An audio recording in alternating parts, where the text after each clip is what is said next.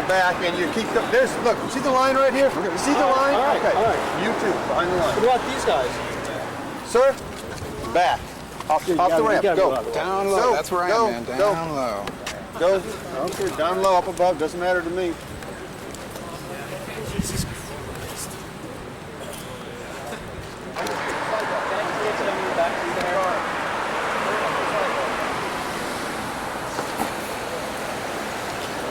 Obviously, you're going to make a right turn, everybody's going to be in the street, okay?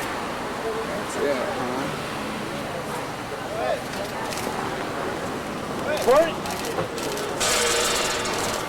Courtney Love, is it true that Courtney,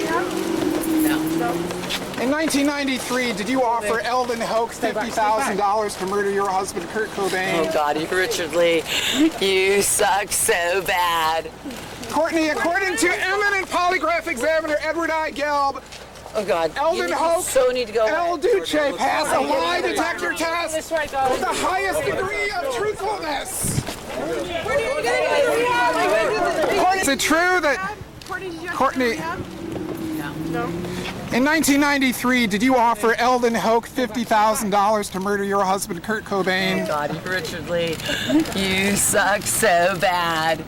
Courtney, according to eminent polygraph examiner Edward I. Gelb, Oh God, Eldon Hoax, so need to go El Duce passed a lie detector test with the highest degree of truthfulness. According to the leading polygraph examiner in the world, you offered $50,000 to...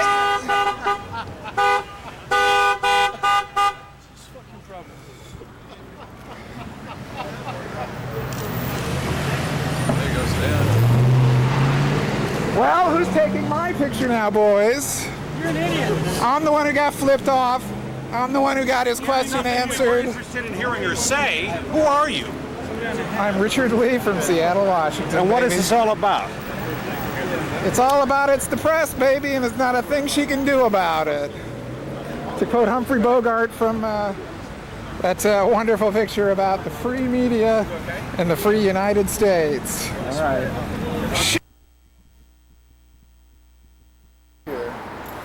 I don't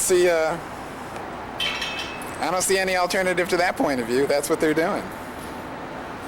They're getting set for their live shot. All the excitement at the Beverly Hills Courthouse today.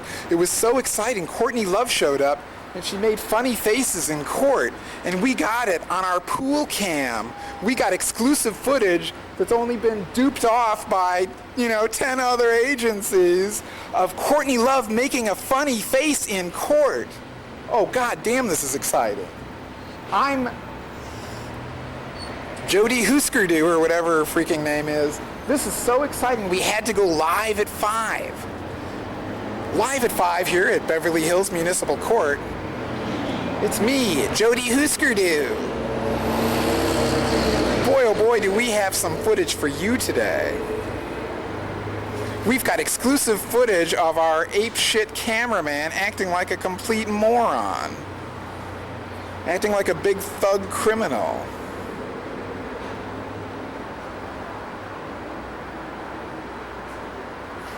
Oh boy, aren't we talented? Well, I'm going to go and try to find a place for me to go live at 5 myself. I guess I could do it at the Beverly Hills Public Library. Or I could go elsewhere. I've got the little Watchman unit, so why don't I just saunter over to wherever it is that I'm going to saunter.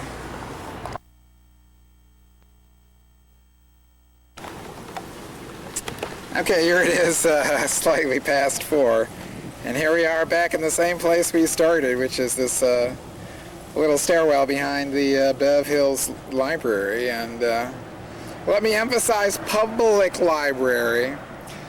And so it looks like NBC and ABC affiliates. That would be, I think, KABC and KNBC. They are going live at 5 with the big Courtney Love story. Whether or not I shall be a part of this is anybody's guess. And in fact, whether or not the video device in my palms is accurately recording the words that are coming out of my mouth, I know not, because of obviously technical problems that I witnessed on the little viewfinder here. Shortly after the assault, so I'm not sure that the heads are in the right position. You might be seeing this in some fuzzy, hazy, psychedelic kind of representation that doesn't, of course,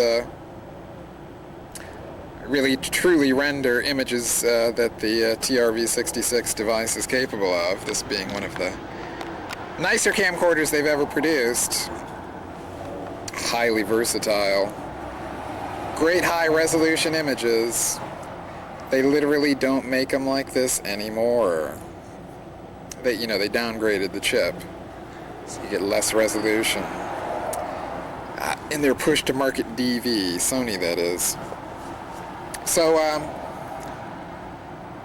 you saw the bit with the cops, the bit that lasted about an hour with the coppers, and finally Beverly Hills PD came around to my way of seeing things, especially after speaking to those witnesses who described this guy attacking me. And as you saw, I was very forthcoming about the need to place my clutch around the neck of Brucey to keep him from, carrying out his mission to destroy the device into which I am now speaking, and to cause him to desist in kneeing me in the ass, which he was trying to do in an attempt to inflict pain or drive me to the ground or whatever he was trying to do. We don't have the actual lengthy business of the assault on tape, but there were at least 2 beta cams that did get it, and maybe some home cams too. I'd say at least a dozen witnesses saw the whole thing, most of them reporters. And so it's like this. I figure, hey, I'm just across the street from the Beverly Hills Public Library, and it's pretty obvious that these people really think highly of themselves at the Beverly Hills Public Library. So I walk in there to the circulation desk and I ask, if it's possible that you might have a television set available so that I could catch the Live at 5 broadcast, because I've been researching this criminal case for the last 9 years, more than 9 years, and it all sort of came to a head in this hearing at the Beverly Hills court across the street. And I tried to work under the judicial order of sharing the pool footage, and found that I was really roundly abused by these network affiliate camera guys. In fact, they assaulted me very viciously. Now, I tell this to the First Lady, and she sends me upstairs to the administrative office, and in fact, when I went upstairs to the administrative office, the first person indicated, well, we might or might not have television sets here, but I really don't think we do. And then when you walk into the administrative offices, you look into a little hallway as you go through the door there, and there are at least 2, 21-inch TV sets sitting right there. And so I saunter in and talk to this guy, and he's no help at all. He's pretty incoherent and pretty obviously not a graduate student in library sciences, working reception at the administration desk there. So he sends me back down to Frank, who's supposedly the head of the reference section, because the director, Mr. Steinfeld, isn't available. So I go down and I talk to Frank, and Frank is kind of a big, overweight, creepy guy, kind of a Mr. Belvedere type without the British accent. And he says, no. I explain the whole situation with him, the fact that I'm writing a book, I've been at it for 9 years. I say to him, Frank, you think that these network affiliates, they're out there capturing history, storing it all away on tape and all of that. You think of them as being like a big library, But the truth is, they're not really at all like a library because they don't want to share what they got, and they don't really think of it as recording history the way I do, a conscientious documentary filmmaker. They just think of it as a way to make a fast buck at these TV stations, and they don't want to cooperate with anybody. So Frank says, no, we just don't have TVs. And I said, well, Frank, I was just up in your administrative offices, and I saw 2 great big, really nice looking TV sets there. But you do have some TV sets, don't you, Frank? And he says, well, no, those are not for the public. I swear to God he said that. And I said, well, Frank, this is a public library, isn't it? It's a public library. It's a place for the public to do research and all of that sort of thing. And he said, yes, but we're not going to allow a member of the public to watch TV here. And I said, well, Frank, I'm writing a book, I'm an author. And, you don't have anything against motion pictures, do you, Frank? Because, look around you. I think motion pictures paid for all of this. Like all of it, right? Except, obviously, the parts that were paid for by NEA grants or whatever other federal money that they got, meaning it's not just Beverly Hills. We all paid for it. I'm sure Beverly Hills got a pretty sweet deal on funding from this source and that source, and I'll bet some of it was governmental. I bet you to this day some of it continues to be governmental and not just from the citizens of Beverly. The Clampetts and the Courtney Loves, the David Geffens, while he's out in Malibu. But you see what I mean. So the Frankster was not going to let me do it, and Mr. Steinfeld, they were never really clear whether his name was Seinfeld or Steinfeld, but I pushed on that point, and we sort of arrived at an understanding that the name is supposed to be Steinfeld. Although, if you've ever seen the Seinfeld episode where he calls himself Steinfeld, there's some pimp after Jerry, and the pimp approaches Jerry in a parking lot, and he says, "Hey, you, are you Steinfeld?" And Seinfeld says, "Yeah." So in the vernacular of Seinfeld, Steinfeld is the name they use when they when they want to give a name that sounds made up. That's also in the vernacular. Names like Pennypacker that sound made up. All Kramer's friends that you never see on screen, that Bob Montalbano or whoever his buddies are that you never see, who sound kind of made up. So I'm not sure whether there is a Mr. Seinfeld or a Mr. Steinfeld, what the deal is, but they ain't gonna let us watch TV because they don't want any goddamn smartasses coming in and reporting on the goings-on in Beverly Hills. I've always had this thing about librarians. Librarians don't understand the fundamental aspect of their gig. It's not to act like a video store clerk and give out little bits and pieces of entertainment material, whether it's on paper or video or disc or whatever. The primary role of the librarian, as I expressed to the guy, Johnny Mountain is here. What a beautiful scene in the mountains right now. Unbelievable. well, it's only 4:19, but 7 is already up and rolling. I hope I didn't miss it. One of these women. see the jet stream right here. Notice as it's coming in, right there it goes into our area, almost directly over. But they obviously, I don't think that there's anybody who's studied library sciences at the Beverly Hills Library, because they're certainly unfamiliar with that aspect of the whole gig. Anyway, if I had to take a guess, they're probably hyping this thing at 5, and it's probably like, here at KBC, it's a wild day at the Los Angeles, or at the Municipal Court of Beverly Hills with rock star Courtney Love going to court on her hillbilly heroin charges. That's right. Courtney Love, popping Oxycontins and paying the price. And whether they would work any of my business into it, I would say that probably given their complicity in the crimes against me, it's pretty clear that they decided not to go with Big Dick as the lead. About a 50% chance of a shower. We'll have more for you coming up a little bit later. All right, Johnny. More pretty pictures, too, John. Oh, wasn't that gorgeous? That's great. Looked like a postcard. Thanks. Still to come for us, singer Bobby Brown facing new trouble today after his wife called 911 for help. Whitney Houston suffered a cut and bruise on her face. We'll have the latest on the charges against her husband. If you're worried about the flu epidemic sweeping the country, health specialist Denise Tudor has the latest information on the flu vaccine and alternatives.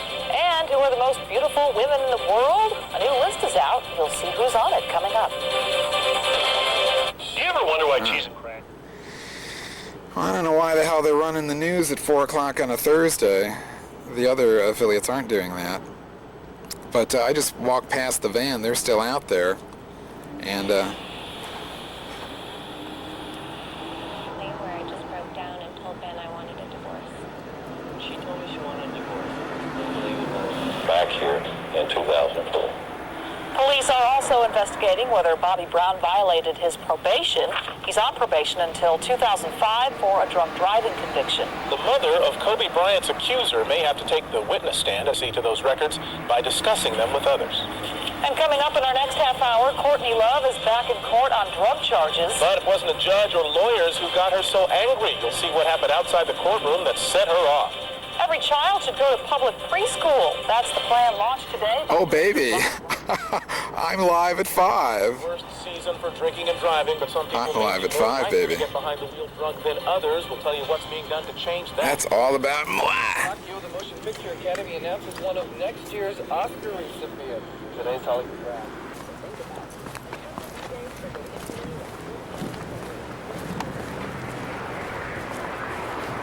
Tomorrow morning. This is ABC 7 Los Angeles. Now, Mark Brown, Michelle Tusi, and Dallas Raines as Eyewitness News continues. Singer and actress Courtney Love appears in court on felony charges that could send her to prison. But it's what happened outside the courthouse that got everyone's attention. Welcome back. I'm Michelle Tusi. I'm Mark Brown. This is Eyewitness News at 4:30. Courtney Love appeared in a Beverly Hills courtroom today in connection with drug allegations she's facing.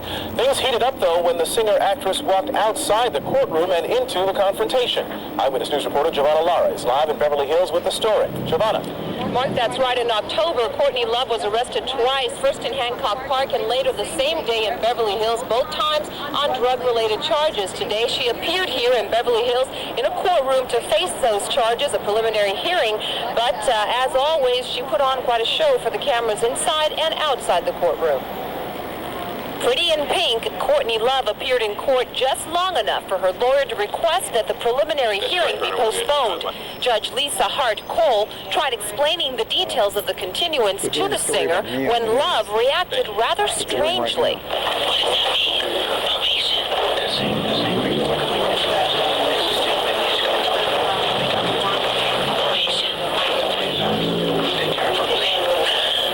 Outside the court, a media frenzy to catch up with Love was as colorful as her outfit. Courtney appeared ready to face the cameras, but before any reputable media outlets could fire a question, this man, a self-proclaimed documentarian and conspiracy theorist, Richard Lee, suggested Love, Kurt Cobain's widow, wanted her husband dead before he committed suicide. Richard Lee, you suck so bad. With that, Love headed for her car and left the courthouse, still facing 2 felony charges for drug possession and a misdemeanor for being under the influence of a controlled substance. Now, the preliminary hearing is now scheduled for January 27th, and Courtney Love is expected to appear. We're live in Beverly Hills. I'm Giovanna Lotta, ABC 7 Eyewitness News. Michelle, back to you. Giovanna, thank you. It's estimated that about 50,000 LA County 4-year-olds do not attend preschool. For many, it's... Well, you got the name right. That's good. Five preschools for all the children of California. Eyewitness News reporter Sid Garcia joins us live at the park with the story. Sid? I said to the, oh dude, they're doing a story about me on the news. It's airing right now. Can you dig it, baby? Some say it's a great idea. Others are saying an increase in commercial property taxes could be very bad for business. We need to have a sustainable funding stream to create a new education system that incorporates preschool. So you wonder, how does he do it? Rob Reiner wasn't pitching a movie idea, but an initiative. For the LA City Commission for Children, Youth, and Their Families, the outline is initiative to establish... Famous in LA, baby. Reiner's initiative would raise commercial property taxes from 1%. All I had to do is fucking show up. Show up and do my thing. Shook my groove thing in this town for a couple hours already. I'm live at 5. Or in this particular case, strangely enough, I'm live at 4. Don't ask me why. I don't know. Why I'm live at 4, on the other hand.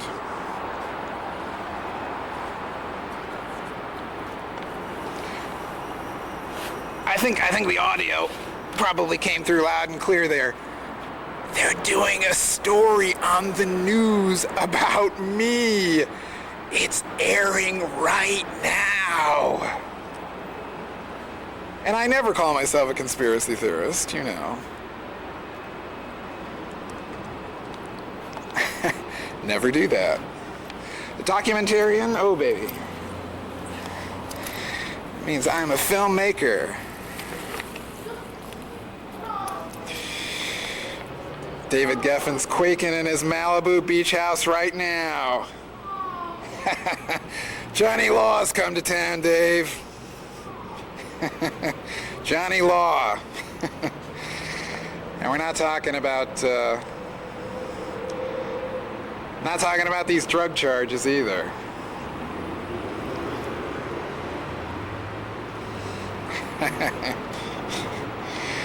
Watch out, dopers. Watch out, murderers. Johnny Law's in town.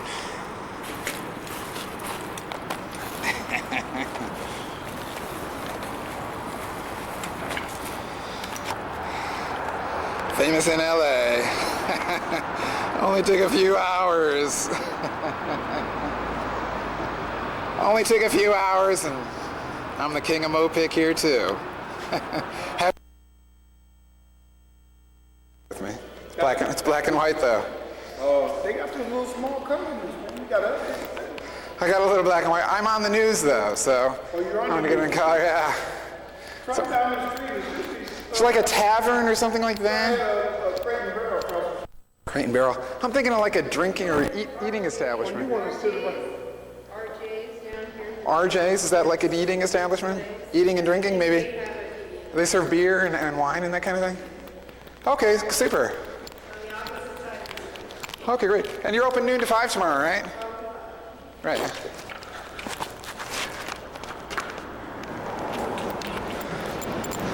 Blast. Can't get no relief.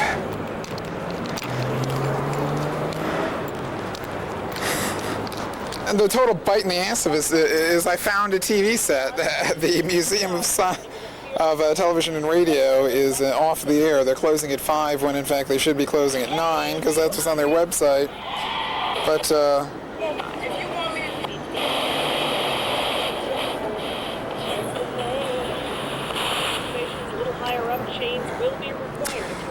So I go to this place, the Cheesecake Factory, and I say, hey, you know, I'm on the news. I explained it to the attractive woman at the reception desk. She tracked with the concept. Then I go to some smarmy-ass bartender, and the guy says, oh, okay. And he turns on Channel 7, and then he just fucking walks away. For like 5 minutes, I said, oh, okay, great. Well, you know, the news starts in just 7 minutes, okay? And the guy walks away. They got like a dozen waiters walking around in this joint for like 10 customers, and they got this here, come Santa Claus, blah blah Santa Claus, down down Santa Claus Lane, and it's like I'm there for like 3 or 4 minutes. The guy's not coming back. He just walked away from me, even though he had said he would play the news, and I'm like, okay, I get it, you know. You got this Santa Claus shit going on, and you're not going to turn it down, so if anything's going to happen, I'm going to see this thing. Sans audio. I said to him, I'm on TV right now, today, as of a half hour ago, for being, you know, an avant-garde filmmaker over at the Beverly Hills Courthouse. You know what I mean? The guy seemed to understand what I'm saying, but, you know, for a city that was built on fucking Mopic, these people got no respect for the auteur filmmaker. I'm an auteur, baby. I'm an auteur. And I get no respect.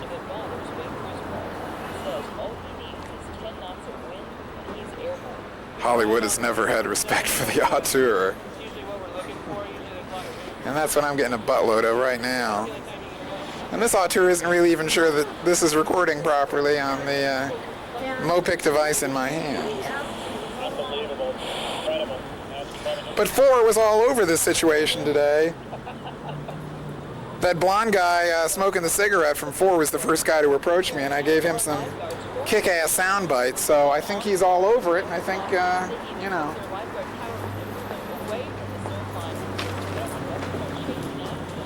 So you know how far the Beverly Center is? Beverly Center? I'm not sure exactly where it is. I think it's over there, yeah.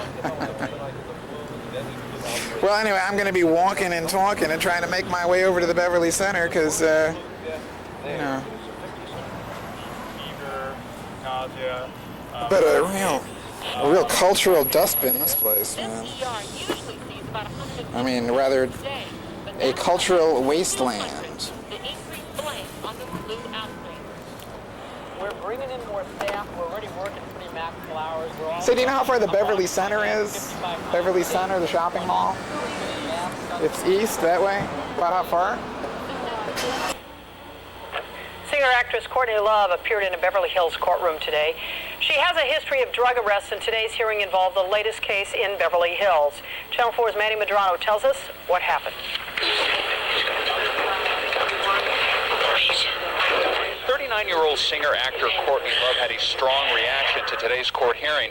The matter was postponed, but not before the judge repeatedly had to explain to the rock star what was going on. I don't understand, kind of. Sure. You have a right to have a preliminary hearing. That's Courtney Love faces 2 felony drug possession charges and 1 misdemeanor under the influence charge, all arising from being picked up by police twice on the same day. On October 28th, LAPD responded to a burglary call in the 100 block of South Mansfield Avenue in Los Angeles. Police found Courtney Love, who, according to police, admitted breaking windows at her boyfriend's home.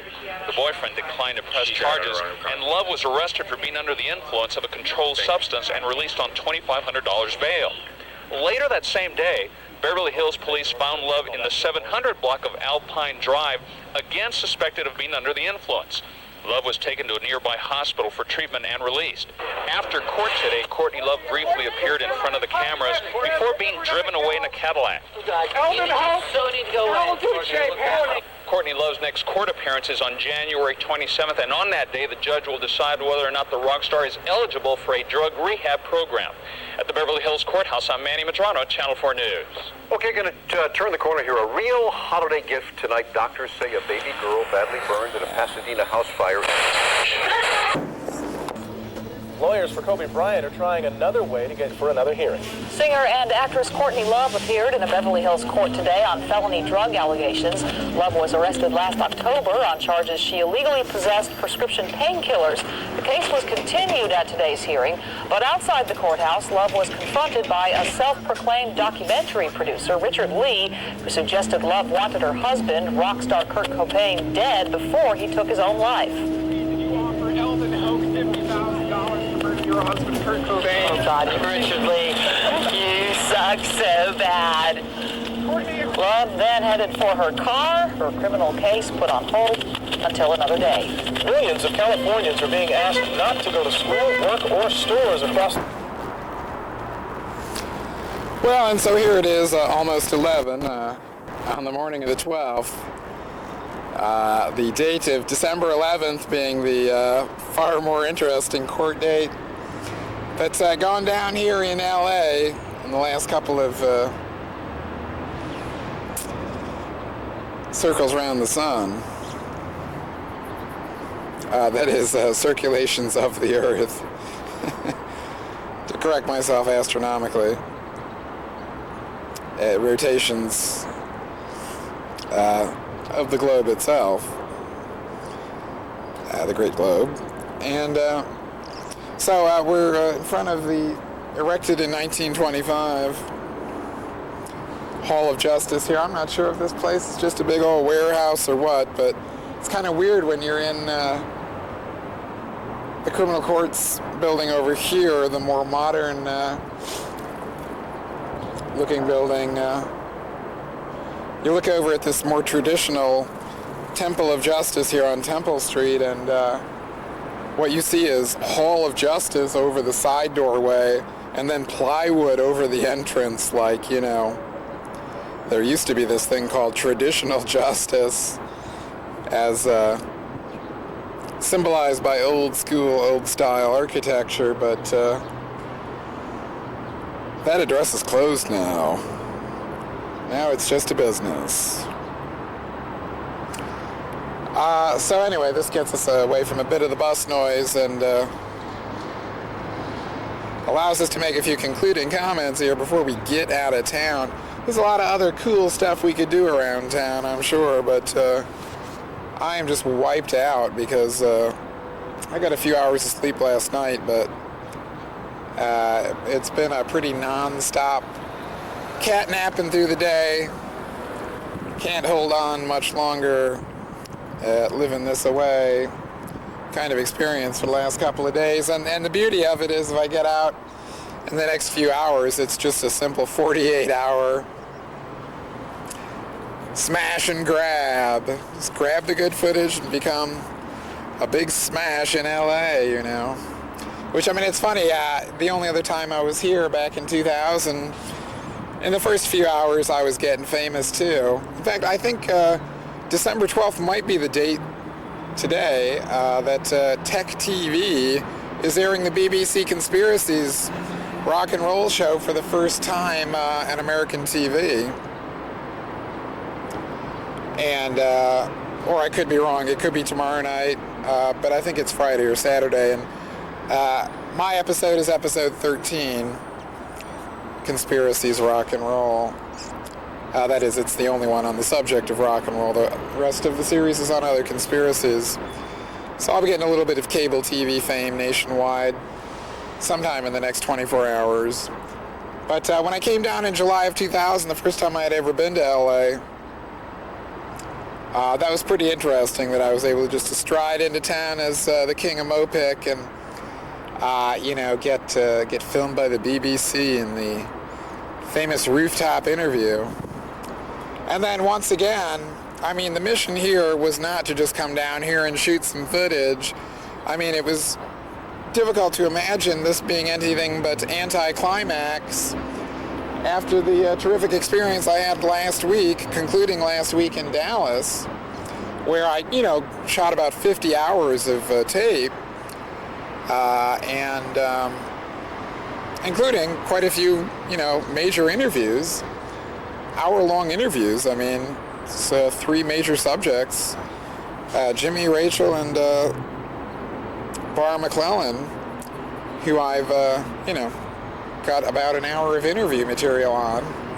And all of those are pretty solid players in the JFK thing, don't you think? And so it was hard to see how this was going to be any better than that, but the mission was to make it such. And we had the element of surprise working for us. I mean, of course, not that CLC was surprised that we were there. She had a strategy. You know, those two kids that showed up with their camcorder, they seemed an awful lot like Courtney Love plants, because when I was asking them about Courtney Love at the outset, if you look at the film that I shot with them, they were saying, oh, I love Courtney Love, you know, like they're not denying it. And it seemed that they were being sarcastic, but these people have shown up apparently on behalf of Courtney Love since, you know, April 9th, 1994, since day 2.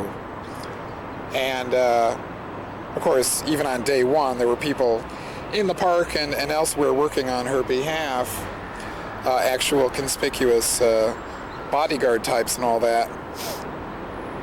A lot of private security there on day 1, in case you didn't realize that.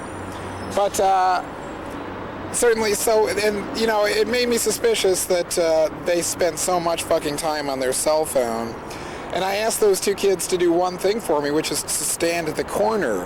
And I explained to them how important it was, because Winona and Courtney are such good friends, and I had been told that Winona preferred the side entrance in her recent shoplifting trial. So Courtney would undoubtedly, you know, be aware of the whole side entrance thing.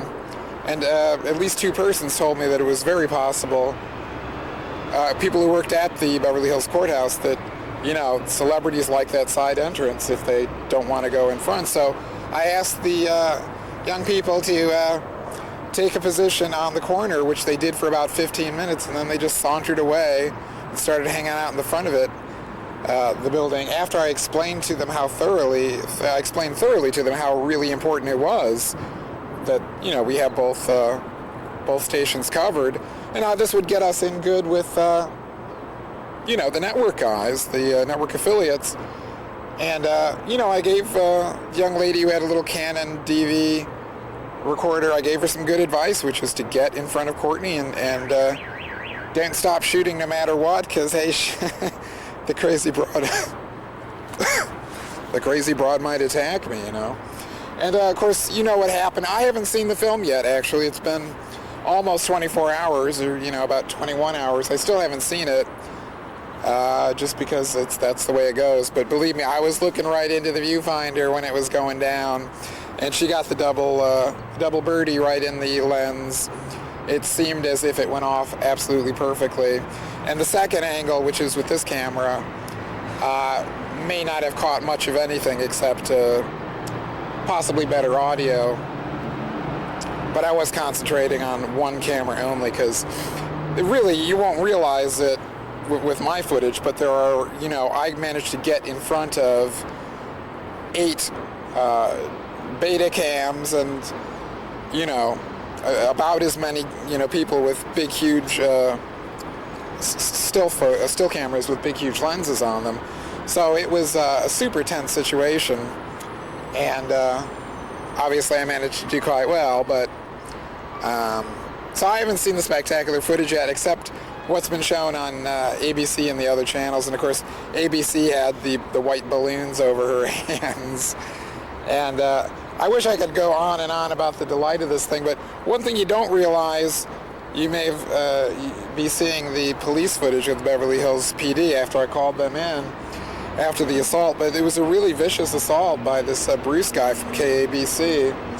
And what's going on with my throat here is I totally blew out my throat cussing the guy out after I wrestled my camera away from him.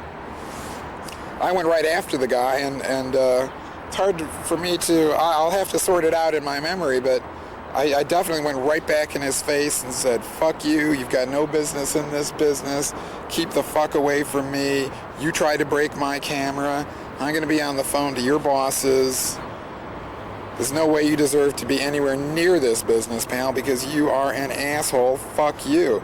And I really did it overboard, you know. I actually blew out my voice, which is, can't recall having done that in years, you know. And there's a lot of news reports on a very regular basis about this flu thing that's going around and killing people. So I've got a really kind of a sore throat, and I think it's all from the voice stress, but, you know, I'm not eager to drop dead of influenza here. with an irritated voice box opening up to some infestation by some exotic flu bugs, so I'm eager to get home and get some rest.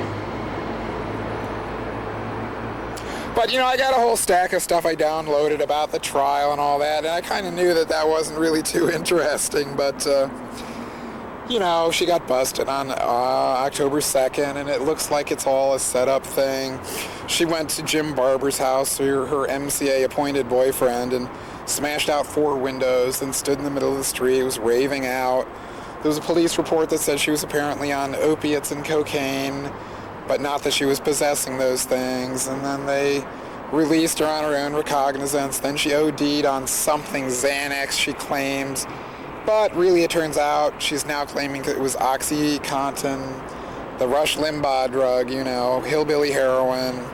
And that's the story that they're going with now. And anyway, all that dull, boring shit, all of which doesn't mean too much, except that it seems like such a put-on by Courtney Love.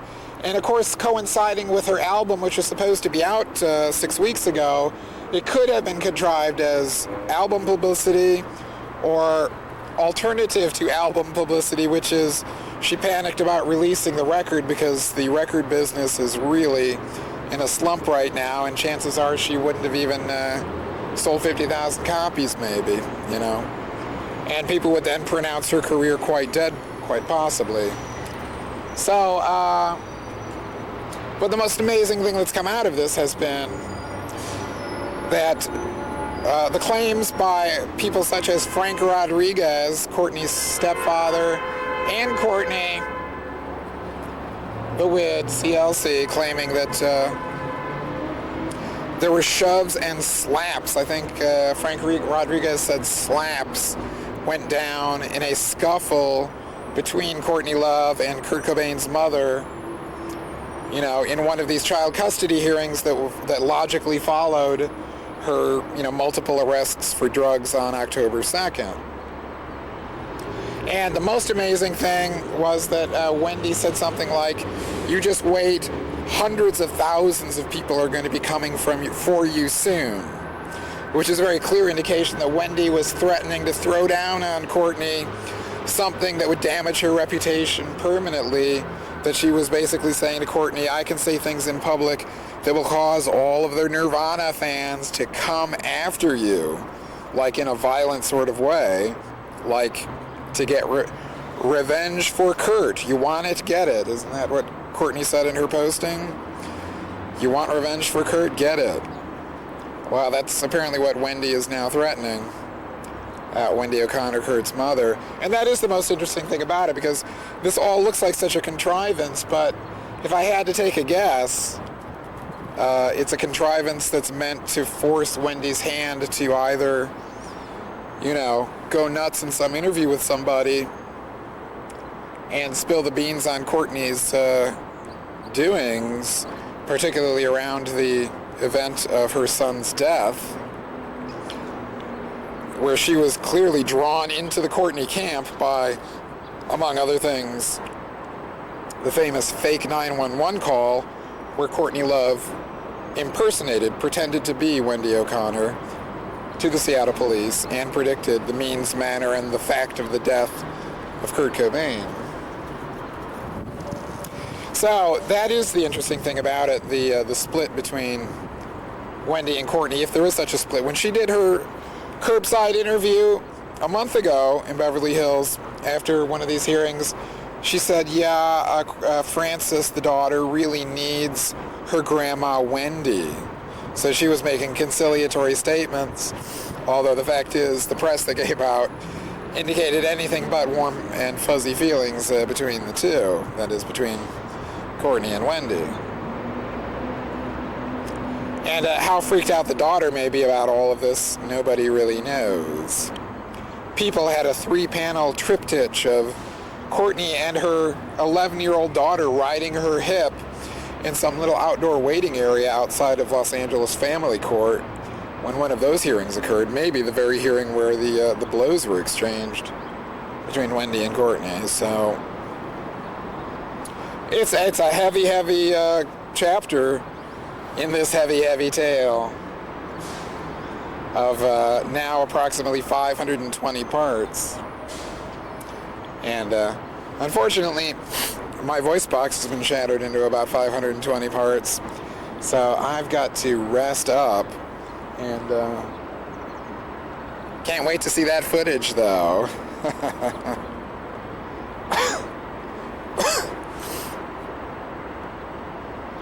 Yeah, I think it was voice box. Oh, a total voice box strain. You know, one of the strange things is there were at least 2 beta cams rolling when I was cussing the guy out. So this really could become a paparazzi classic that, which I'm a little bit concerned about. It might make me look quite heroic and the king of the paparazzi, which of course, in a certain respect, I really deserve the title. Not that I strictly am a paparazzi, but I am the best of those who do this sort of thing, but not precisely that sort of thing. Just shooting footage or shooting snaps. But, you know, utilizing certain paparazzi techniques. Anyway, Ray the Fox guy told me that the judge said no audio, which is the first time that he's come up against that. And I had a big ass hassle with these LA sheriffs and the media people, and the judge rejected my 980 request, saying that it wasn't on time. And I may go into all that later, but at least we've gotten through that shit this time around. So if either one of these things goes to trial, I'll know what the bullshit procedures are here in LA, and I'll be able to bullshit back at them, because believe me, it was a major fucking hassle, and it really led to, again, that thing with that KABC guy included him trying to break the camera by clutching the tape mechanism, and me grabbing his throat and saying, "Let go of the camera," you know, like, or I will crush your larynx and maybe your spinal cord too, pal. Because really what I wanted to do was punch the guy right in the nose in such a way that it would break it and cause him to be bloodied in a really dramatic way. But of course, that's the kind of thing you go to jail for, probably, even though the guy is doing strong arm robbery on my camera. So the throat grab thing was preferable, and it worked. But it was a really hugely ultra-violent thing. And then I really blew up at the guy, cursing him out. And I would say there are 2 pro-shot versions of that, and maybe like 3 or 4 other camera people that were standing around, you know, with their mini DVs or whatever. Probably not 3 or 4, but I mean, in total, 3 or 4 probably. I mean, there definitely were 2 beta cams, and I think there were at least a couple of mini DV recorders.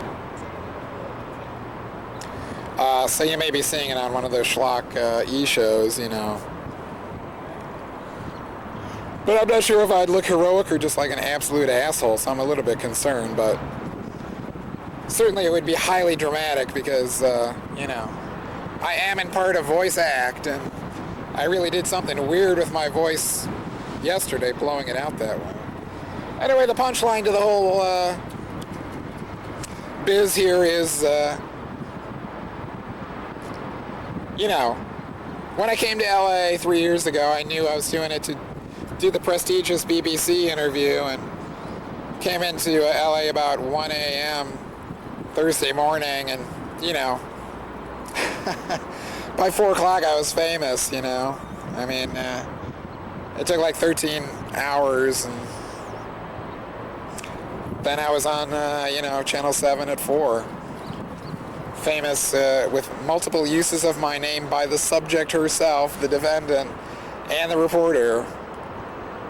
So,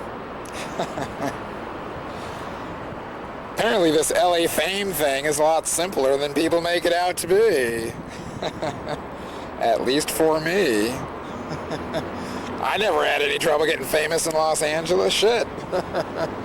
I just showed up and the beta cams were swirling around me.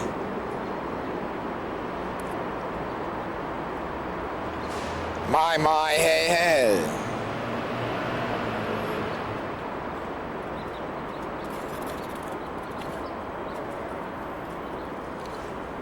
Anyway, the king is gone, but he's not forgotten.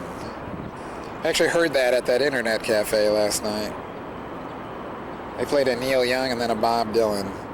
Oh, and yeah, by the way, and of course I was in an Associated Press story because KCBS and KNBC ran that on their websites with exactly the same wording, and they said Associated Press contributed to this story, but it pretty clearly was an Associated Press story. And I think AP probably ran my name. AP, their website doesn't give you access to the pure wire copy that they're sending out unless you're a member. But I could even be in the Seattle papers today, you know.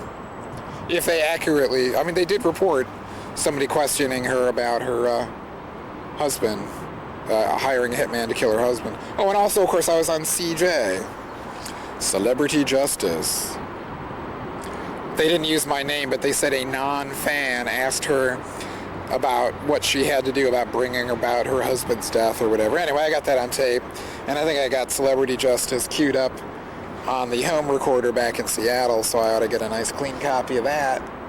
And we'll just have to re-examine these affairs once again in approximately 6 weeks. And let's see what bullshit they have to throw at us with a little bit of preparation, you know what I mean?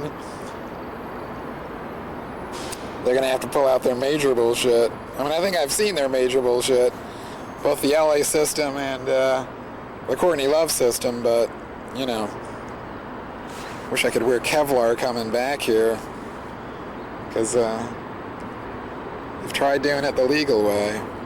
They tried doing it the publicity way. Courtney tried to stand and deliver for the cameras, and I kicked her ass up hard. Press conference lasted all of about 20 seconds. You saw how it went down. And of course, part of her strategy was if I spoke up and spoiled it, she would be counting on these assholes to try to rough me up, you know? I mean, not literally that she knew that it would get mean and violent necessarily. But there were some guys that I thought might be instigators with their little handy cams that might be looking to start trouble with me, that might be associated with her. And one of those guys was here today. Came right up to me and asked me, "You think she's showing up?" Also had a hat and dark glasses on in the courtroom. The guy that was reluctant to be photographed himself. So, my plans are to be back, but 6 weeks is probably time for a compulsive shopper like Courtney Love to hire another hitman, so it is getting mean and nasty, kids. I'm having lots of fun, but the throwdown is in effect. The cards are on the table, the pedals to the metal, the balls are to the wall, and we'll be back. And they'll be waiting with some jive-ass strategy, I'm sure. So that's all for KCWM in LA. 200 Trey.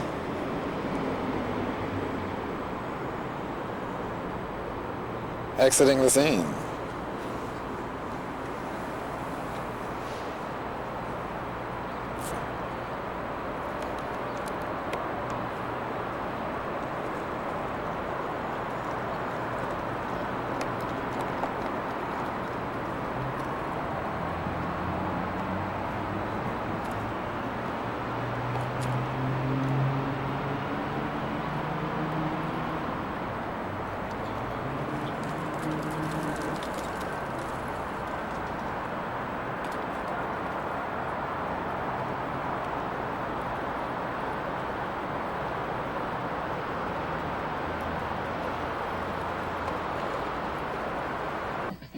Last month, Courtney Love caused a media spectacle outside a Beverly Hills courthouse. Well, Thursday, Tony Potts found Courtney making a repeat performance. I don't understand. Sure. And the show didn't stop there. As Love posed for pictures, she was confronted by a man who asked her if she'd ever plotted to kill her deceased husband, rocker Kurt Cobain. In 1993, did you offer Eldon Hoax $50,000 to murder your husband, Kurt Cobain? Oh, God, Richard Lee, you suck so bad. Reportedly, the man's working on a documentary about Cobain's death. Courtney, according to eminent polygraph examiner Edward I. Gelb, Eldon Hope. So need to go away, Courtney. For now, Love is free on her own recognizance. Her next scheduled